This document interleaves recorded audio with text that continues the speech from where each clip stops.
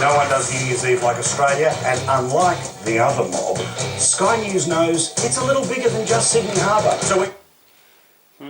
The other mob. Donald Trump's favourite word when he's talking about his political opponents is mob. They're a mob. Well, I assume Paul Murray would be talking about the ABC when he says the other mob, because right-wing conservatives, and I don't know if that's the wrong way to describe Paul Murray, right-wing conservative, but he definitely comes across that way to me. He's not to the absolute extreme, like Rowan Dean of The Outsiders, but I would say he's a right-wing conservative, and that's how he describes the ABC, unlike the other mob. Well, I was watching the ABC this morning, and they were talking about quite a few other places and what they're doing for New Year's Eve. What fireworks they're having. It's all about fireworks. Funny that. They were talking about Adelaide, Melbourne, they were talking about Auckland, they were talking about the Thames River in England. They talked about a few other places in Europe, and they just, you know, it certainly wasn't just focused on Sydney Harbour. So it kind of highlights a bit of ignorance, I think, or a bit of deception in saying, unlike the other mob, we know it's bigger than just Sydney Harbour. Well, that's completely irrelevant to the ABC. So maybe he's talking about some other mob. I don't know what other mob. Maybe he's talking about the BBC or SBS. I don't know, maybe there's some TV channel that only focuses on Sydney Harbour at New Year's Eve, but it's not the ABC, so I'm just going to assume that he's not talking about the ABC. He's talking about some other mob. Maybe, I don't know, CNN. Maybe they're doing 24-hour coverage on Sydney Harbour. Maybe that's it. I don't know. Anyway, whatever. Right-wing conservatives, conservative Christians we're talking about, aren't we?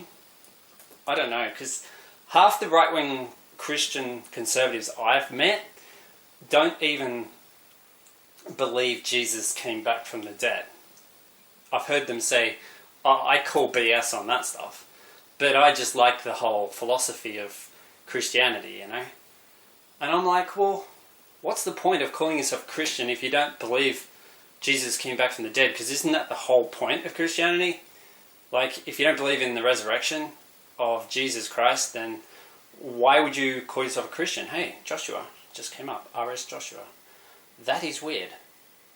Reese, that's the middle name of the boy who I connected the message to. Have faith, Josh 10 945. Now, because I'm a gay guy, openly gay, and some people say, oh, if you're openly gay, then you've obviously got no morals. Which is weird, because I look at it the opposite way. If you've got the courage to be openly gay and honest about your sexuality, I think that makes you more trustworthy rather than less trustworthy. They look at it the opposite way around. They think if you're willing to come out and admit that you're a man and you love other men, then you must have no morals. You must have no moral compass at all. So you can't be trusted. And there are people who think that way, because I've had people put that to me in good old country Australia, where homophobia was definitely the culture I grew up in, and it's still out there, don't worry about that. If you go up to North Queensland, you'll find it's still pretty strong. That's where Penny is, Cyclone Penny. Have faith, Josh 10 945. Hey, maybe the 945 thing, because that Joshua, I saw Josh before, Josh K, and then now I'm seeing Joshua with an R. And it's reminding me of the boy I connected the message to. Now, I've got to be careful talking about boys, because I have had people, you know, think, oh, are you interested in boys? Like, are you into boys? Are you into little boys? Because you're talking about boys. Because I've got two spirit guides who are like 11 and 13. Jake's 11, Nathan's 13. And some people, a surprising number of people, jump straight to that conclusion. It's unbelievable how many. And it's not always because they come out and say it. I have had people come out and say it. Even kids have come straight out and said, "Oh, do people think you're a P? You know, like a pedo?" If you're talking about, you know, having a spiritual connection with this kid Jake, who's 11, and you called his parents and talked to his parents. I've had a kid aged the same age, 11, 12. The first question, "Oh, did they think you were a pedo?" And I was like, "No, they did not think I was a pedo." So it's like, for that to be the first place that people go to in their thinking, in their minds, just shows you how sick our culture truly is in terms of, and unable, sick in terms of, to go straight there when you talk about a person who is 11 or 12, that's their age. So that because you're an adult and you're talking about someone who's aged 11 or 12 or 13, that for that to be the first place that people go to in their thinking as a society, and that's reflected in kids, even in kids in primary school, I mean, that's startling. That really opened my eyes. Anyway, the kids quickly moved on from that to ask, "Well, tell me about Jake. What's going on with Jake? How do you know this Jake kid?" And it went on from there. But that was the first thing they thought. And it's been the same with a lot of adults. And adults don't come straight out and say it, like a 12-year-old boy might. Like, "Oh, did they think you're a pedo?" No, adults will just go silent. And they won't, if they have that thought, they just won't respond. Because they're really, like, two-faced. Can be really two-faced. And gutless. And, well, maybe they just don't want to hurt your feelings. Well, no, I don't buy that, because if you don't want to hurt someone's feelings, you don't ignore them every time they post something, or say something, or write something, or publish something to do with kids, just because you're an openly gay guy, and they ignore you every time. They never acknowledge you. Well, it's not that they don't want to hurt your feelings, they are hurting your feelings, and they're doing it in a really cowardly, gutless, two-faced way. So I copped heaps of that. I copped a decade of that. And that's why I have no time for people like Paul Murray, who say they're pro-gay marriage and same-sex marriage and pro same-sex marriage, but they're definitely not pro-equality. He's not pro-equality, because I've heard enough of his show, and I've heard enough of the stuff he's said about gays. And it's funny how as soon as the topic turns to transgender, he goes on the attack. And I've heard him going on the attack with Rowan Dean, who is one of the most extremist right-wing conservatives on Sky News. Right-wing conservative Christian. I doubt, though, that he actually believes Jesus came back from the dead. Because I find the extremists who spend most of their time hating on Muslims, and I don't think that's overstating it, hating on Muslims, ignoring and dismissing refugees, which does show hatred as well, and hatred coming from a underlying racist attitude, and homophobia. If it doesn't, not everyone who says they support same-sex marriage is not homophobic. And when you see people go on the attack against people who are transgender, well, they are a tiny minority of the population. And Donald Trump recently decided, "I'm going to ban transgenders from the military." Well, I've heard enough of Paul Murray supporting Donald Trump and shouting Donald Trump's, support for Donald Trump. Rowan Dean is an absolute fanatic about Donald Trump. Paul Murray's more middle of the road, I'll give him that. But I still can't stomach him. And it's because as soon as the topic turns to transgender, probably the most vulnerable group is transgender, then suddenly he's going on the attack against lefties, against political correctness. Even though transgender people are actually the group, and I'm not inclined to be transgender at all. I'm gay, but I'm not inclined to want to be a woman in any way at all. But I've known people who are, and I'm like, good luck to them. Like if that's their choice, if that's what they want to do, why do you want to put roadblocks in front of them and make things difficult for them?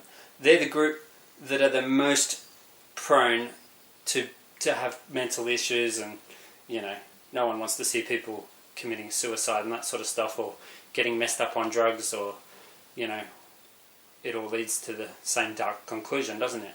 So I don't buy into the people being like accepting when they're not, because you can really tell. It's not hard. And it's kind of interesting because Penny, that's Penny, it's going to be Penny. Going backwards there. Penny's going to be a cyclone. And it's enough to make a weather presenter choke as if they got a penny in their throat when they hear someone like Rowan Dean plugging their climate change denying program on the Weather Channel. That's what I think. And it's interesting because Riley is a unisex name. Riley. Unisex name. So it could be used for either sex. And Riley is the next name on the tropical cyclone name list. Tropical cyclone Riley. I reckon he's going to be a Western boy. Like a Western cowboy. But with a twist. Because I think Riley's a bit bent.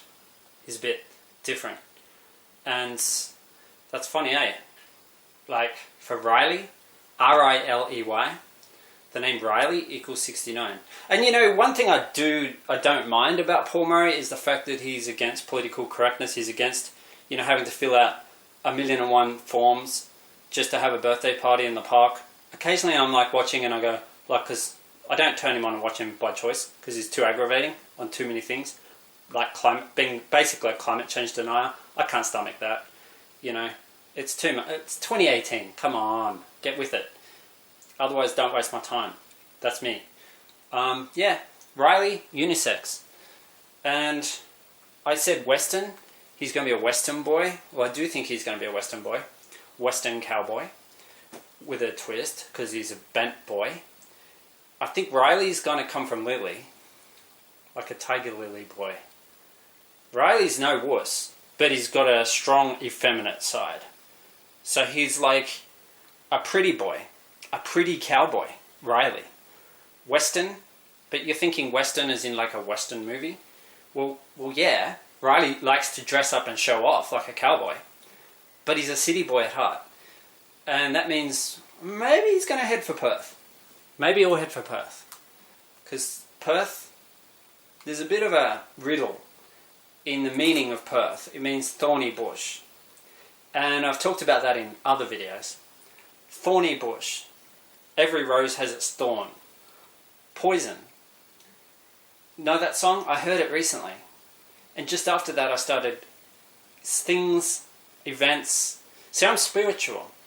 I wouldn't call myself a Christian because people will think I'm one of these nutty conservatives. A climate change denier, someone who thinks that leaving refugees to rot on Nauru and Manus Island is fine, because they're just, we don't care about them, they're just refugees, they're not humans. I mean, that's what you would think, that you're talking about, I don't know, terrorists.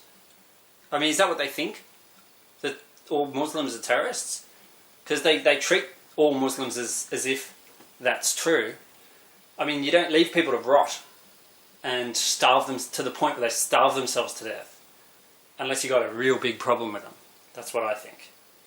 So Riley is a message. He's a message getting things done. That's Jake. Jake's a boy who likes to get things done. And so is Nathan. The Storm Boys. Jake's mum said to me, Jake's a action boy. He's a doing. Well, they said, yeah, he's a doer. He makes things happen. It's a verb. Action. Verb. Hope. Hope is a verb. Hope. Jacob's hope. So Jacob's hope is Nathan's hope. And Riley equals 69. The name Riley. And Darwin equals 69. So the logical choice was to go Darwin. Riley and Darwin. Both equal 69, so that makes sense, right? Yeah, but Perth means thorny bush, and every rose has its thorn. So I'm going with Perth for Riley. Western cowboy? Not quite.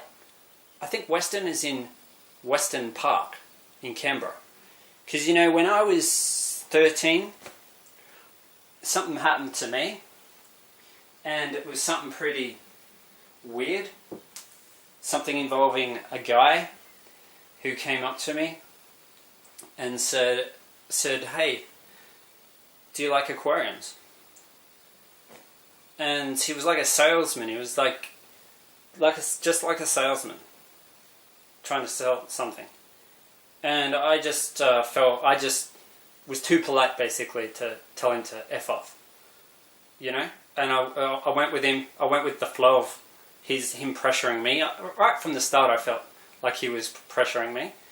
It was never like I felt he was a friend or anything like that. It was like he was coming in and trying to talk me into something. And immediately I was like, I just don't really want to do this. But he was pressuring.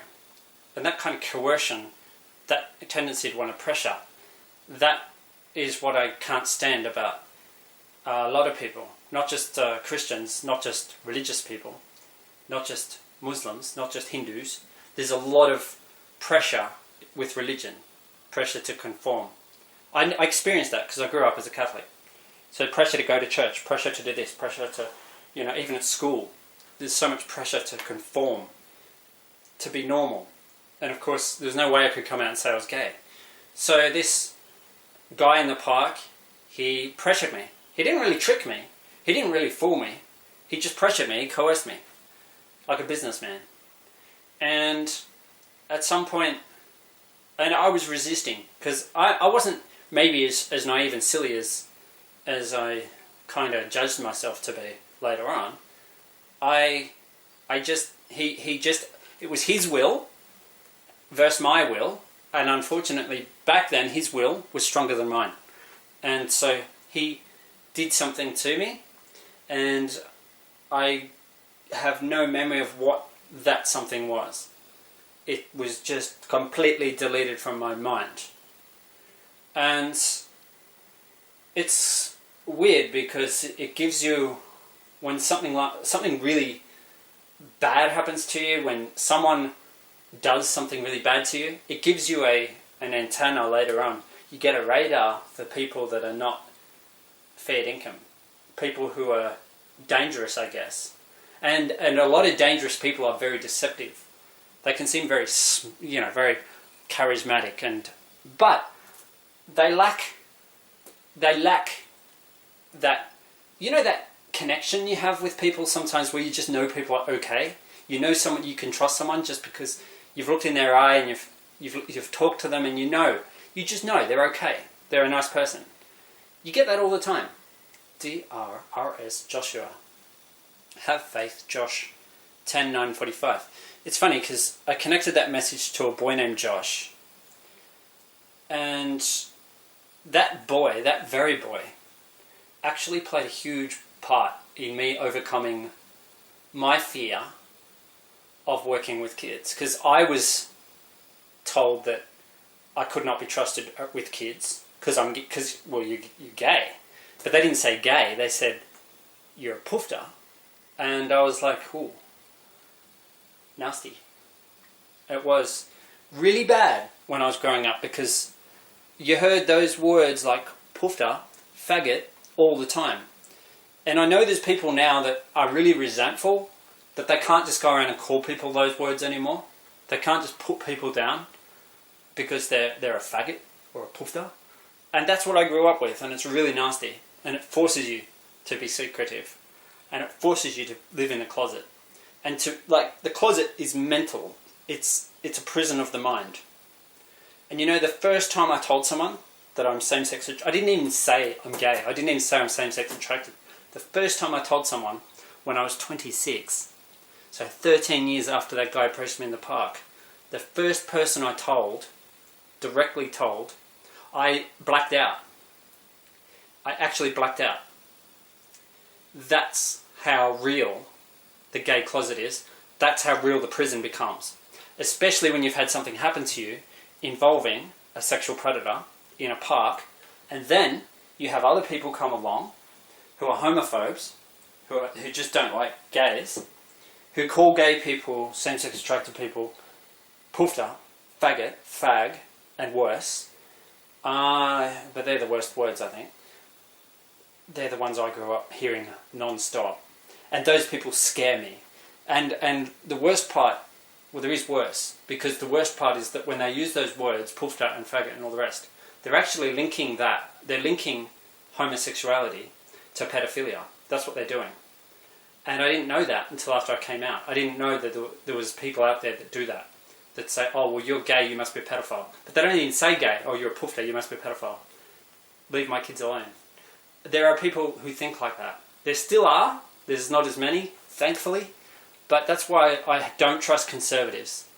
Right-wing Christian conservatives are not honest people. Hey, Perth. Perth means thorny bush.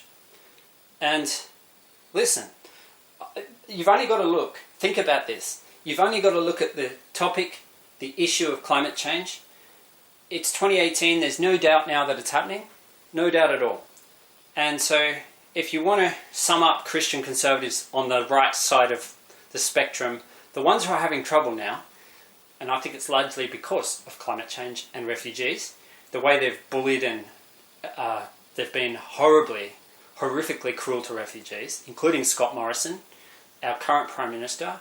He was the one that implemented Tony Abbott's cruel, heartless policies on refugees regarding those people who are still languishing on Nauru and Manus Island. I mean, that's just, you wouldn't treat dogs like that.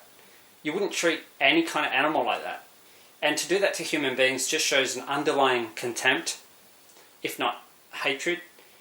And to just pretend it's okay because, oh, we're preventing people from drowning.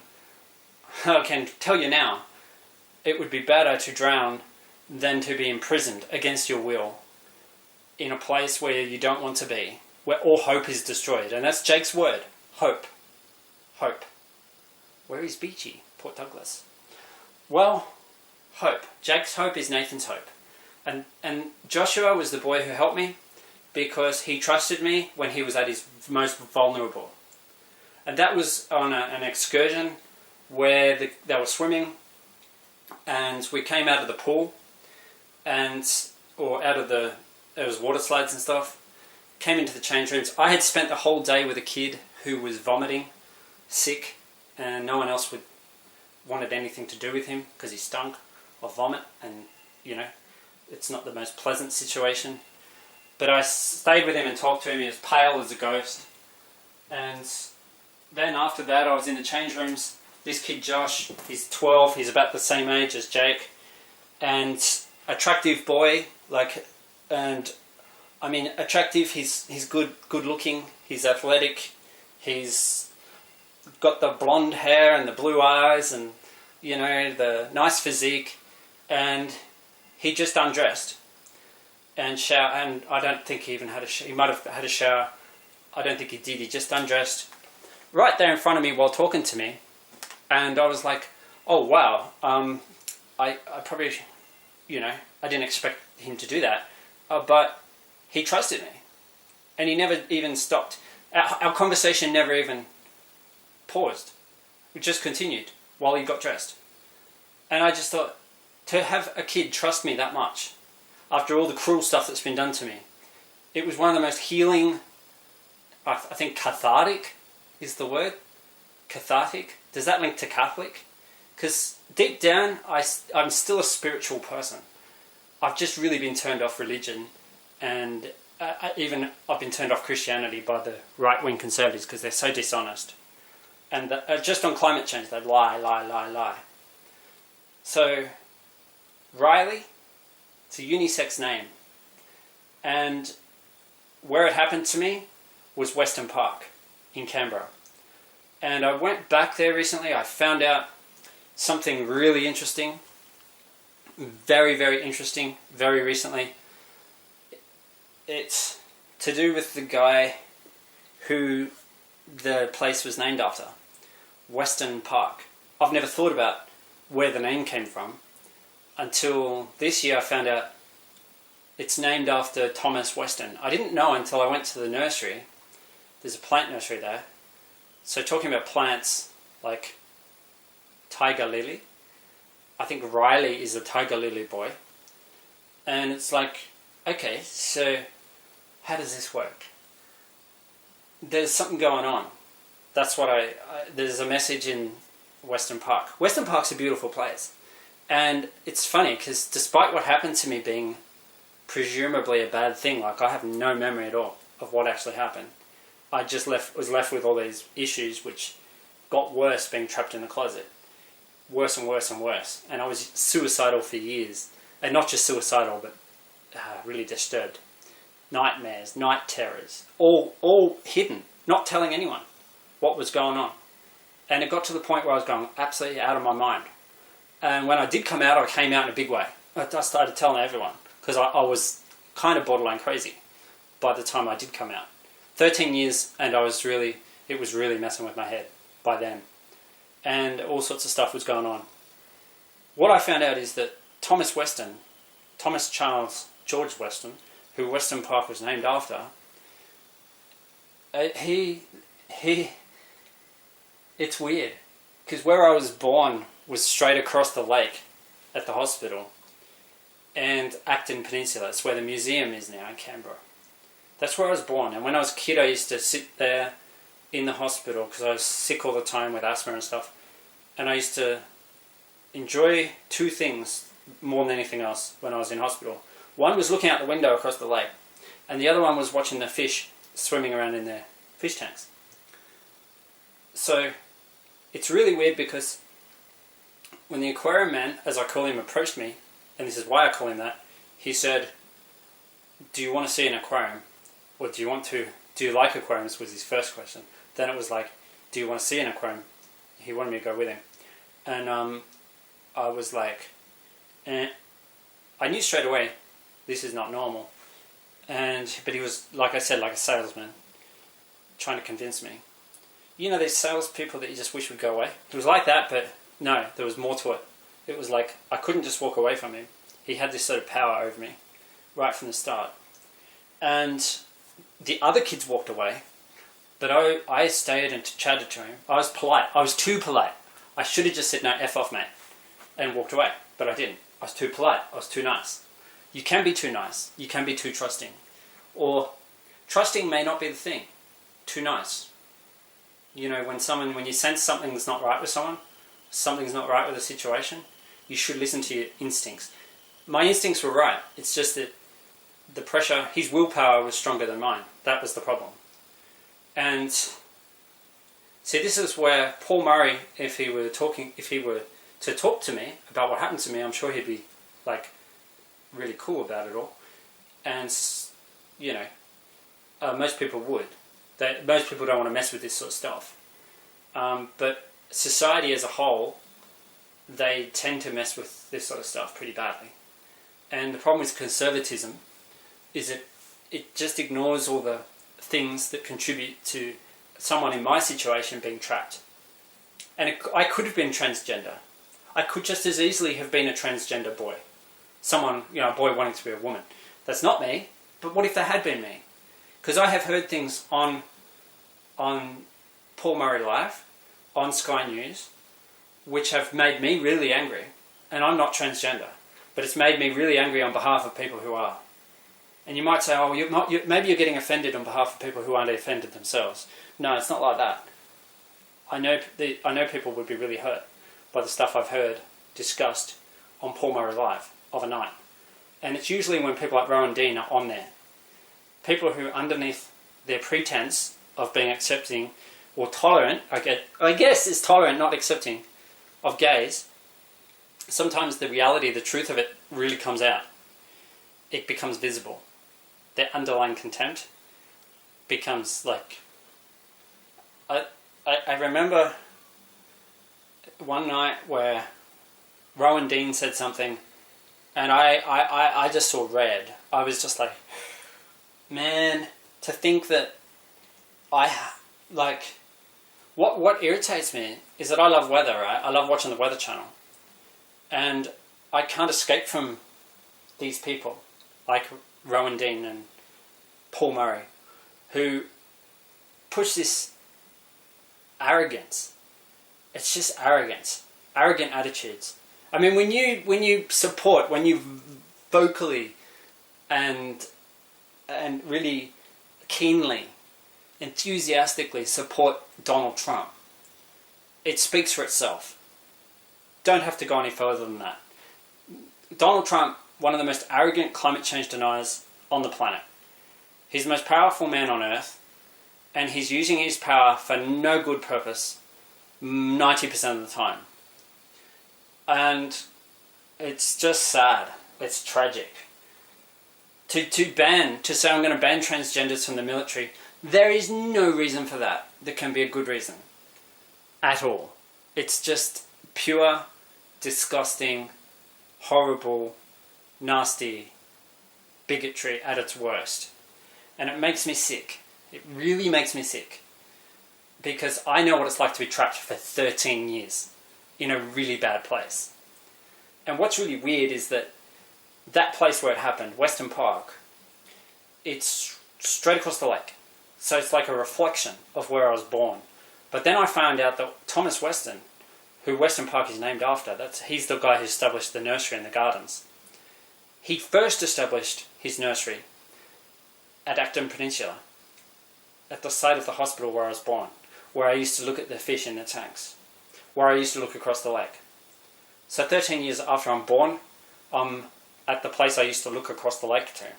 And that's where I get approached by this guy on a school excursion. And half a K from where I'm meant to be, I've gone for a walk with some kids.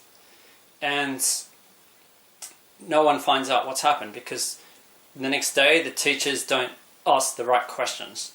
They ask all the wrong questions. The teacher doesn't find out what's happened. He doesn't even find out that anything serious happened. So I just sit with it then for the 13 years. And I can't speak. Why can't I speak? Is it because I'm so scared and so ashamed by what happened to me? No. No. It's because of the surrounding prejudice and extreme homophobia that I grew up with. And things have improved a lot now.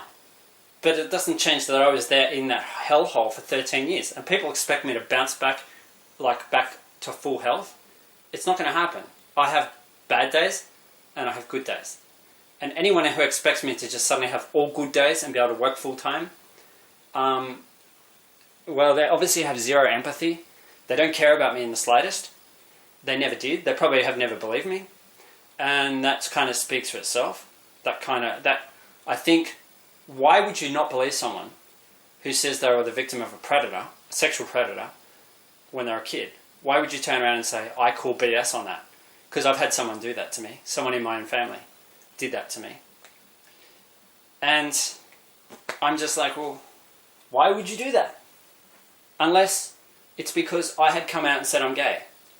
And maybe underneath all these things that people have done to me like that, like just say I call BS on that or just ignore me completely. I've had people that never once acknowledged anything that I posted or wrote on Facebook over a period of years. Whether it was just, I went to the pool today, I actually did 15 laps for the first time, and I'd have one or two people acknowledge me and that's it. And I had that for years where people would not interact with me. And if they would do it when no one else is watching. It was like there was some shame in knowing me. So I wouldn't get any kind of... And that's just what happens when you come out and say you're gay. You don't really get... I never got rewarded for it in any way by society. But it's gone back to 2004. Things were very different then. And if you go back to 1989, things were hellishly different. So coming out then just was not an option. So when he says the other mob about the ABC, it just, I just think he's talking crap. And I know he's talking crap because I watched the ABC this morning, and the ABC have got plenty on there about other places, New Year's Eve. It's a little thing. It's a tiny thing. But it still reminds me of all the other stuff. Scott Morrison. seems like a good bloke. He seems like such a good bloke, but he's not. He's totally not a good bloke at all. He's one of the people who decided that like he claims that he has been in tears on his knees about the people in the on Manus Island and Nauru, and I'm like, really? Because you were the minister of immigration during that time. You were the one that stopped the boats. You were the one that implemented that cruel policy of just leave them there to rot. So I find it really hard to believe that you would be on your knees crying and praying on behalf of those people that are being tortured by this government. I find that very hard to believe. And I am wary, more than wary, of conservative Christians, because I know they've got the capacity to be really, really cruel people, extremely cruel. And I've experienced a lot of cruelty. So I think Riley is going to be a Western boy, but Western as in Weston, Western Park. He's going to be a Western boy. And what does that mean? Given that Riley equals 69. Well, Perth means thorny bush. So Riley, every rose has its thorn. Penny is a coin. Riley found the penny in the pond. And Owen was instantly jealous and felt hard done by because Riley had come and found the penny. The penny had sort of showed itself to Riley instead of him. So went my story. And Penny is now a cyclone. Not yet. Penny is going to be a cyclone. So they say. In the Gulf of Carpentaria. And then in the Coral Sea. And what's Penny going to do? Penny in a pond. I was saying the full moon is round. The pond is round. The penny is round. A hurricane is round. The cyclone is round. A ball is round. The earth is round. Our galaxy is round. It's a spiral, actually. It's a spiral. And it's like a seashell. So Western Park is a magical place. That's what I've realised. It's a magical place. And it's not a bad place. It's not a place that I'm afraid of. It's a magical place. So is Vaucluse in Sydney. And those two places are connected. Because the guy in the park in Canberra, the guy in Western Park, the aquarium man, he bought a house in Vaucluse in Sydney. And how do I know this? Because I had a dream about where his house is. I went there, I found his house. And I met him. And he knew. Somehow he knew who I was. And it was really obvious. From the way he reacted to me, it was really, really obvious that he knew. And that's kind of weird. And some people find that a bit scary. What's weird is my counsellor, the first counsellor I saw, she used to work in that very same place, in Vaucluse in Sydney. That's where she worked. So she knew all the places I was talking about. The old cemetery up on the hill, the South Head Cemetery, the fish and chip shop down at Watson's Bay. She knew all these places. The cliffs, the cliff walk, and she knew about the lighthouse. But we never really talked about the lighthouse. That was with another counsellor. But the Macquarie Lighthouse is Australia's oldest lighthouse site. And I wrote a story about that place. And it's connected. It's a magical place. There is magical power in that place, that lighthouse, that old cemetery. Very powerful place. Those cliffs. It's a very powerful place. It's got a dark side, obviously. That place has got a very dark side. Watson's Bay, the Gap. You don't get much darker than that. But Western Park in Canberra is beautiful. It's got a beautiful magical quality. It's a magical place. And it's not a bad place because I did not die. It was something about Western Park saved my life.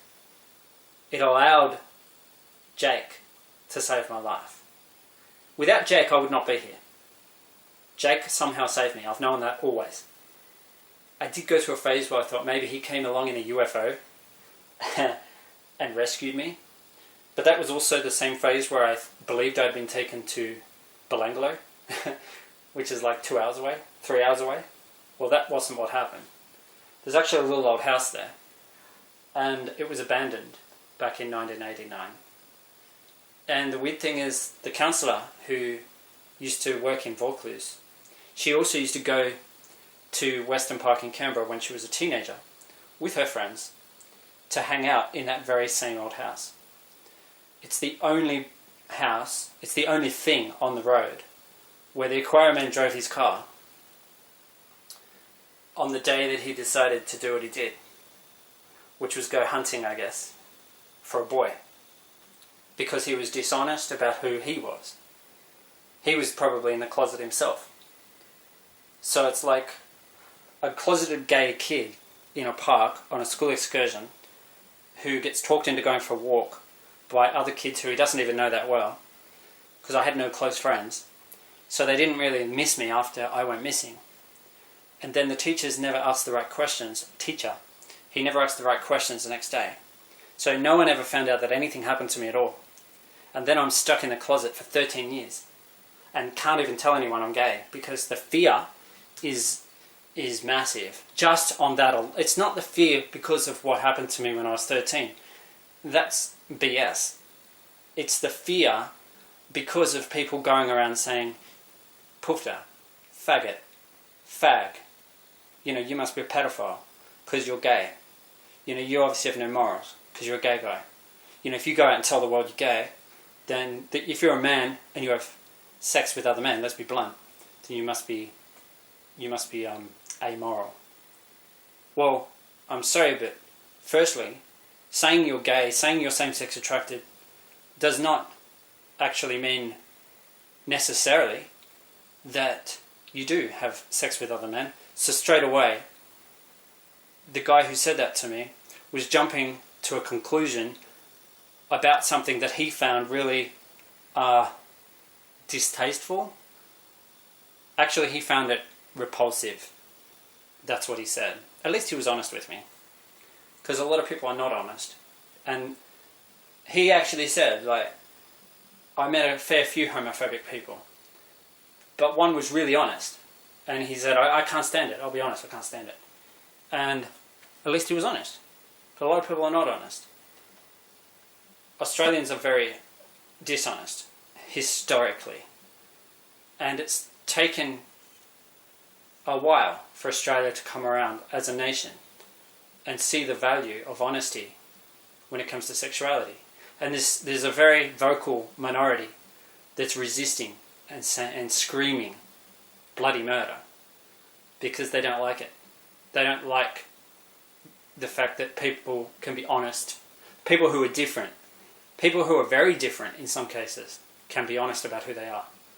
They hate that because they like making people conform, and they like forcing people to do stuff. And so that's why I've come to really be afraid, I guess, of conservative Christians more than anyone else, because they're doing exactly the same stuff, exactly the same thing. And it's not just conservative Christians.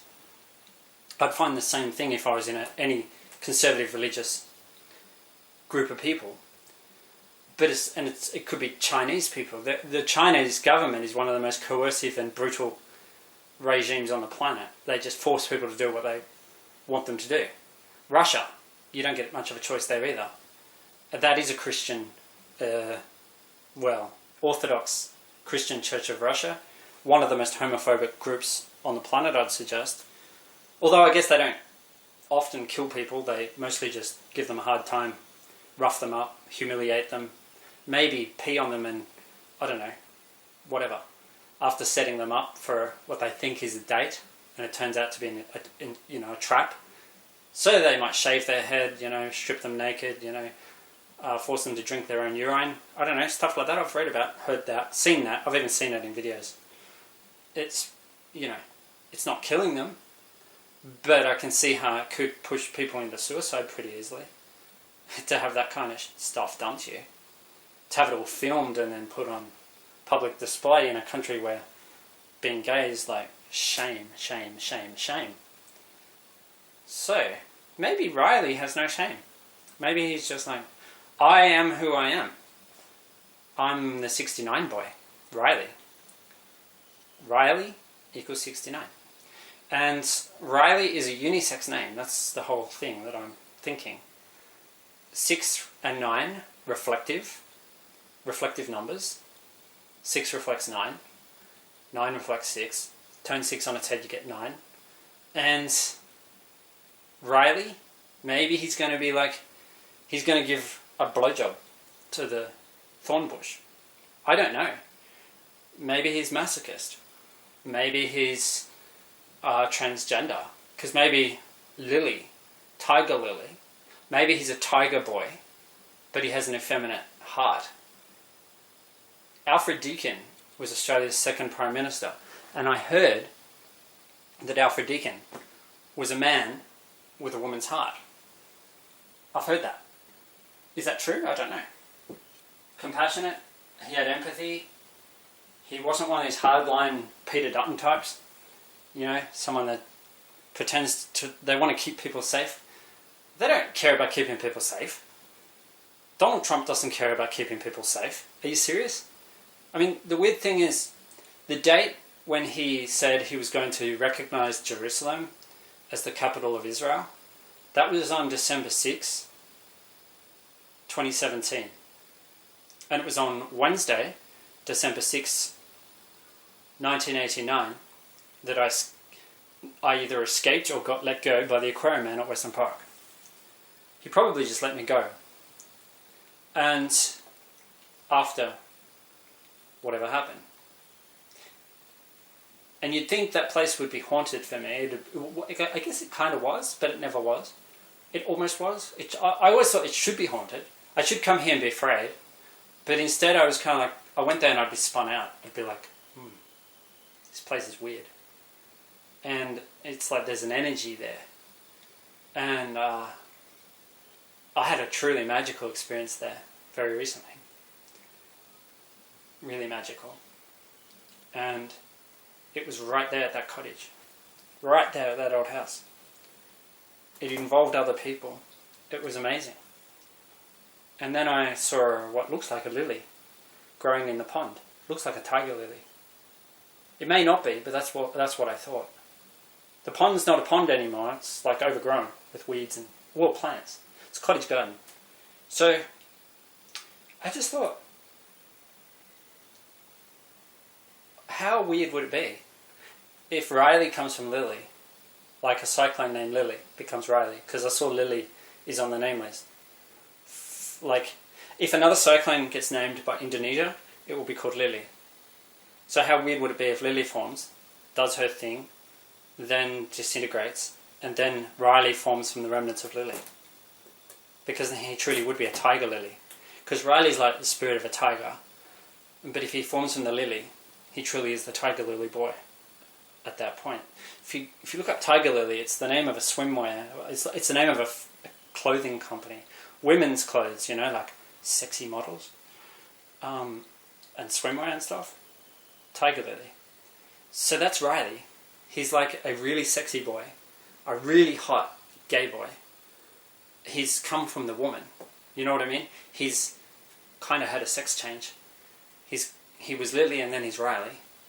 And he's heading for the thorn bush, so I guess he's a masochist. Perth means thorn bush. So that's what I'm thinking. 90 kilometre per hour wind gust. Gales with peak gusts in excess of 90 kilometres an hour. That's what the cyclone watch is for. Just reminded me, 90 happens to be the value of the word slinky. And I think that describes Riley. He's a slinky boy, smooth boy, effeminate. He's got a real womanly side. That includes being compassionate, loving, empathetic, but he's also strong. He's got the spirit of the tiger. So that's Riley.